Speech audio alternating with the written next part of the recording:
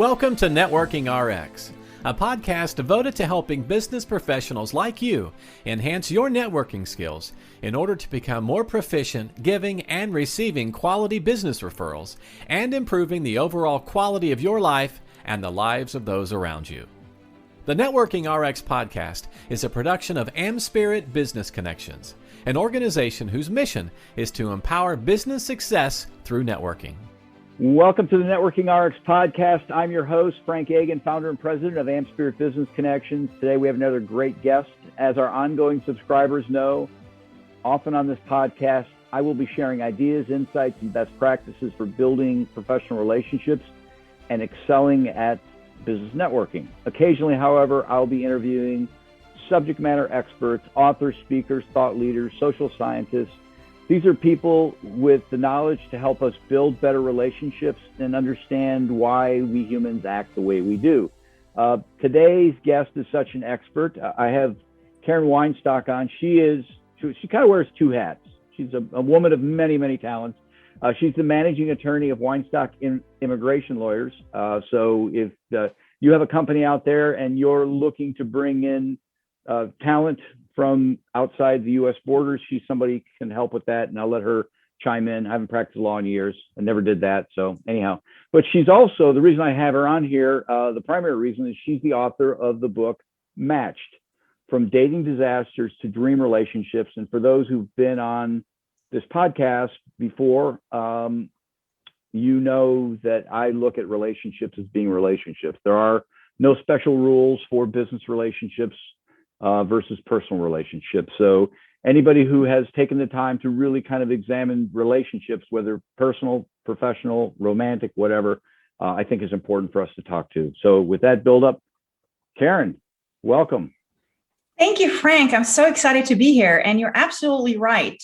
Whether it's personal or business, a relationship is a relationship. Obviously, there's differences in the depth of relationships sometimes and what you expose to somebody else in a personal life versus a business relationship, but relationships are relationships regardless. Yeah, obviously the intimacy in a romantic relationship throws a curveball into things. I mean, the rules are still the same. There's just an intensity difference there. But I guess the question I have is, share a little bit about the book and what prompted you to write the book. Did you have a dating disaster? I had many dating disasters. Okay, you don't have to tell them all. No, this is good. and some of them were actually in the book. Okay. But I got divorced a few years ago, and I was a single mom. I own a law firm, an immigration law firm, and I have a hectic life. And I really didn't have a whole lot of time to date. I don't have a lot of free time. My daughter's with her dad every other weekend, and everything else is on all the time. Mm-hmm. And I did want a romantic relationship of great quality. And before I got divorced, I went through 3 years of marriage counseling. I cannot tell you how many relationship books and a lot of advice and things like that. And I realized that a lot of the tools that I have learned in business, including sales and marketing and building a funnel and getting people through the funnel who might be ideal clients, et cetera, actually apply to dating as well. Because you want to have a good match that will match with who you are as a person, that will complement your values, your belief system in the major things. And then you want to weed out everybody else who's not a match for you. And same thing with business. You want to weed out everybody else who's not going to buy because you don't want to waste time selling to them. Right. And so a lot of that applies also to dating. And other things in the business world that apply to dating are interviewing skills. That as a business owner, I've been very fortunate to interview a lot of people over the years. And I've been doing this for over 20 years and several roles and several descriptions and things like that, and trying to fit a person into the organization culturally and individually, and also figure out if they're authentic, if they're lying, what is their personality like, what is the combination of that with the rest of the team. All of that really applies also in the dating world. Mm-hmm. And so initially, I really wasted a lot of time. I went on some disastrous dates, and I really fell into a lot of misleading, inauthenticity, and other pitfall that people either have false expectations. Some people have false representation, so they misrepresent who they are, and that's unfortunate, but it's very common, especially in online dating when everything is anonymous and the perceived risk is not really high. And in business too, this happens because you see people out there. Well, LinkedIn is like the original dating app, right? And people out and out lie, right? Conflate things. So yeah, absolutely. And even in job interviews, the resumes are inflated, and some of them are totally untrue. And until you actually investigate, you don't know. Yeah. And so, and with dating, there's an additional personal safety issue, especially for women. You don't necessarily have that in the business networking world. Sure. But that's another constraint. And also being a mother of a small child, it's another complexity. So initially I made a lot of mistakes, but as I refined my system and as I tried to combine some business tools and some of the psychology tools from just human psychology, improvement, and relationships that I've read a lot about, I kind of came up with my own system. And I wasn't able to find anything out there online or offline, books or seminars or something like that, or webinars, that I was able to really get a full system out of, and a full toolkit. So I created my own. And so I started refining the system, and I had friends use it and colleagues use it. And all of a sudden, a friend of mine got a long-term boyfriend. Another person I know got engaged. So it's just really amazing how that was impacting other people. And so I was challenged by another friend of mine who was single to actually write the book. Okay. And I said, I'm too busy. I don't have time. I'm not a writer. I don't know what to do. And he's like, you got to write. You have an awesome story and you need to tell it so anybody and everybody can hear it, because nobody teaches those things. Nobody teaches how to date, how to select people. Even with friends, it's like you go out and you figure out you have a good time together, and maybe you become friends or maybe not. But there's not a lot of thought that goes behind that. And with romantic relationships, it's even worse, because you have that chemistry or that spark or that attraction that totally veers you off, because you might go out, and let's say you were in the dating world, and you go out and you find a woman you're super attracted to, and you don't think whether she's a match for you or not, whether she's a liar, whether she's a psycho, whether you just go with your chemistry, and that's often a disaster at the end of it.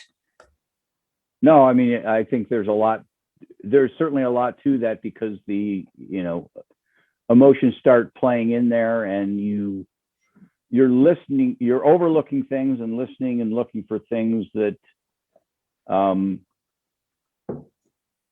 validate your story. Right. That's the confirmation bias. And then you ignore all the red flags because you're attracted to that person. Right. And that's a very sad story. And it happens again and again because you're attracted to the same type, or you make the same mistake just with a different person all the time. So it's a vicious cycle. And that's why a lot of the second marriages don't last, because you're making the same mistake as you did in your first. Yeah. No, right? Oh, yeah. I mean, it stands to reason. If you just making a mistake doesn't mean you learn from your mistake, if that makes sense, right? I mean, if the relationship, why didn't the relationship work? You need to answer that question and correct that before you move on to the next relationship. Right. So, go ahead. And so similar to networking, if you go into a group and you can't make friends with a single person there out of 10 or 50, or I don't know how many people are in the room, clearly you need to figure out if you're ready and if you are presenting your best self out there. Oh, good. And work on yourself first. Yeah. And that's one of the first lessons of the book. Okay. And that's a very good point. I think so often, again, even in business, It's them, and it certainly can be us, whatever that is. And people do, even in the business world, they carry anger with them, skepticism. It's just all those things. People project unattractive things, or whatever it is. Okay, so work on yourself first. I want you to give the whole book away. People buy the book. The name of the book is Matched: From Dating Disasters to Dream Relationships. And the author is Karen Weinstock. But work on yourself. What are a couple other little things, tidbits that you can share with people? Yeah, absolutely. So if you're not ready, step back. Or you can go into a superficial relationship just for companionship, or if you need the physical part, you don't necessarily have to go into that all-encompassing long-term relationship. There are relationships, and even in business, you have more superficial relationships with certain types of people. Sure. You have more, deeper relationships with other people, and you have deeper yet relationships with others. A very close client that you've known for years, it's a different type of relationship than somebody you just met in a networking event 2 days ago.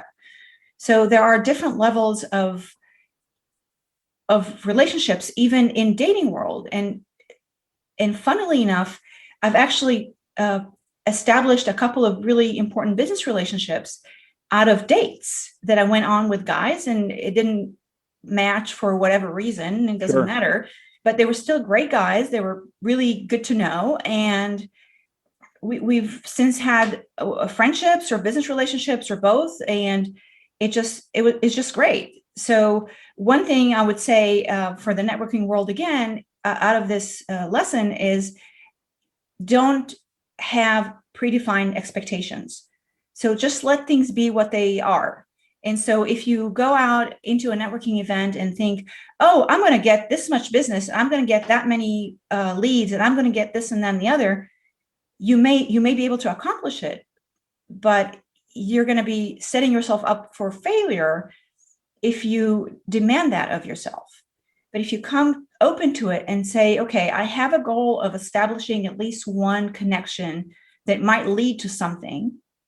And if it doesn't or doesn't, that's not up to me for the most part. What's up to me is to show up, to be my authentic self, and engage.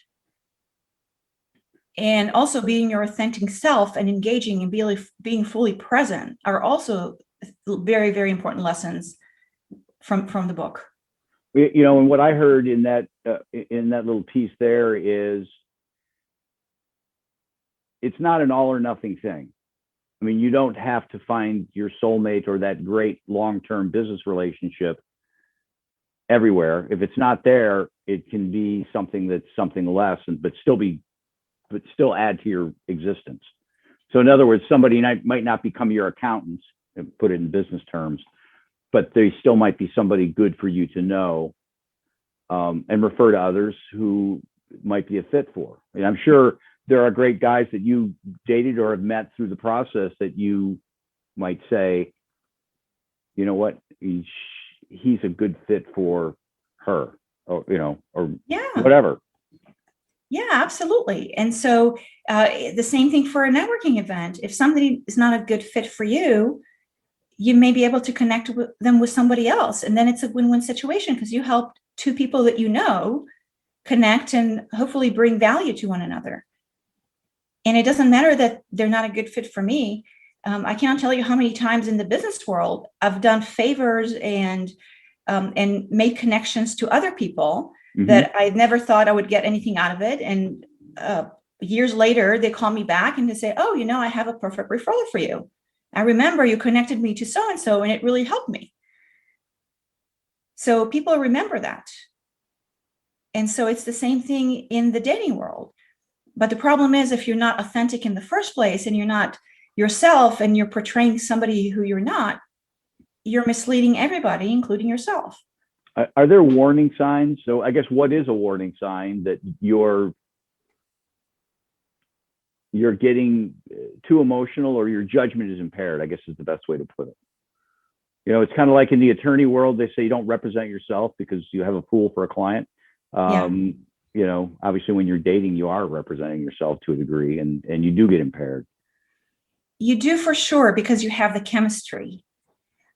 But you have the same chemistry even in a business relationship, in a networking environment, because we're people. Right. So we have our instincts. And even if you go into a networking room, you can tell in advance, just by a glance of a few seconds, which person you want to go and have a conversation with and which person you don't want to talk to. And Right. sometimes you start talking to a person and you're like, no, I don't want to continue talking to the person. I need to move on right away. They're making me feel uncomfortable.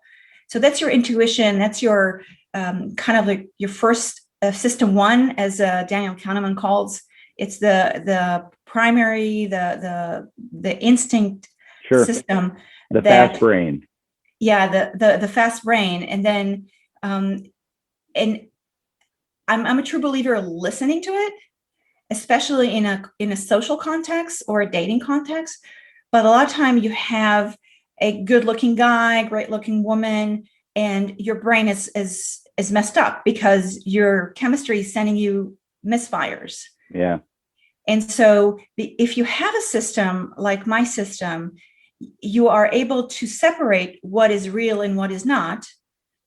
And you are able to enjoy the chemistry, but also be cautioned and not fully go on it, because you already built a system before. You already thought about what values you want in your partner, what characteristics, who they represent.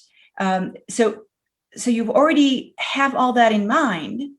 And so if I come and say, okay, I want to date an honest, successful, let's say entrepreneur, let's say that's my profile of a man. Then if I have a bus driver, for example, that would be weeded off. It doesn't matter how good looking or how good of a person they are. Right. Because they're not my profile.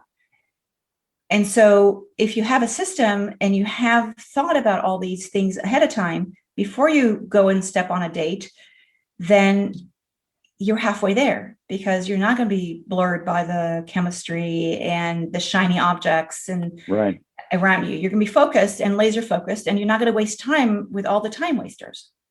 Gotcha. Okay, you talk about the system here. We get shifting gears. You have the book. I know you're a busy attorney. Immigration's a hot topic well, it's always been a hot topic in the United States, which is good. Business is good. But do you teach classes? Do you have masterminds? Or is it just here, please read the book? And so right now I have the book. It's available on Amazon, and I also recorded an Audible version, which is available on Audible. And the next thing that I'm actually preparing to do is doing a online course about it.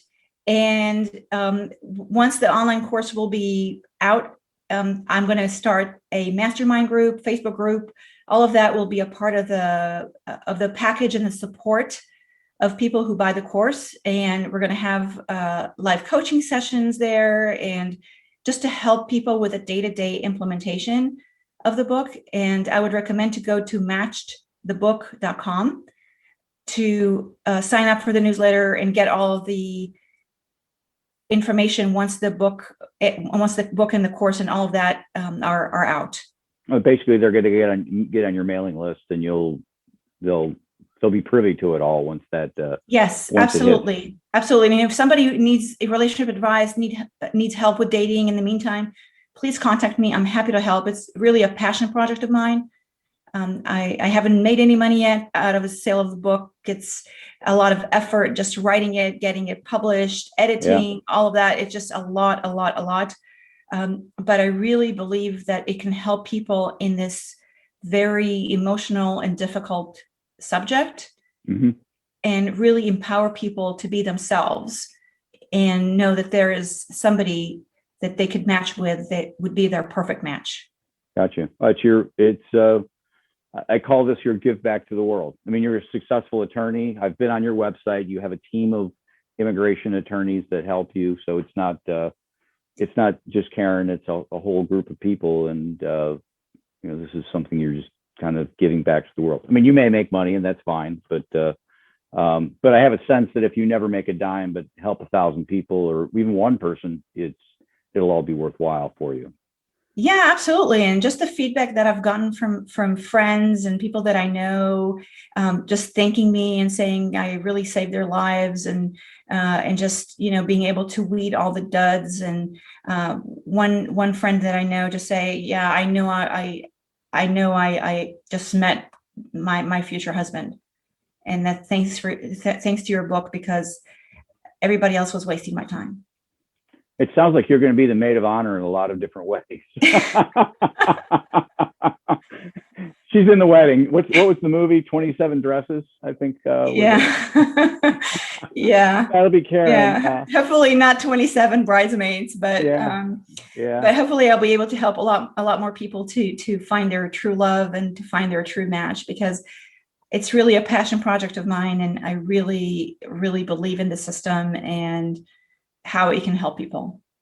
I guess the burning question I have, it worked for you? Yes, absolutely. Oh, well, it worked good. for me. I have a wonderful man and have a great relationship. And it's just, everybody that starts with a mindset, there's no good men out there, and everybody over 50 or over 40 or whatever, it's already divorced, and there's no good men out or no good women out there. It's really a fallacy. And if you start with that mindset, you're never going to get anything. Yeah, well, I think it gets back to, Danny Kahneman that you referenced earlier. Yeah. We have these minds, and they're really powerful things. And if you start planting those seeds that, I won't succeed, or nobody's out there, you're going to get exactly what you put in your head. So, absolutely. Absolutely. Listeners, Karen Weinstock, the book is Matched: From Dating Disasters to Dream Relationships. She's got a website, matchthebook.com. I will get that in the show notes. Buy the book, get on her list. Anything else you want to throw in there, Karen? Be yourselves, whether you go to a networking event or a date or a family event or something. Be yourself. Too much energy and too much vibes are lost in trying to be somebody you're not. And if somebody doesn't like you, whether it's a business connection or personal, move on. There's plenty of other people who are going to like you, and not everybody's going to like you, no matter how fabulous you are. So find like-minded people and invest your time and energy with them. Great advice. Thank you for joining us today. Thank you so much, Frank. I appreciate it. Thanks for joining us on the Networking RX podcast. Please put what you've learned into action today, and let us know if you have questions, comments, or ideas for future topics. You can email them to us at podcast@amspirit.com. That's AmSpirit.com. Finally, so you never miss an episode, be sure to subscribe to the Networking RX podcast through iTunes, Overcast, or however you receive your podcasts. Now get out and network with someone. The Networking RX podcast is the copyright production of AmSpirit Business Connection. All rights reserved.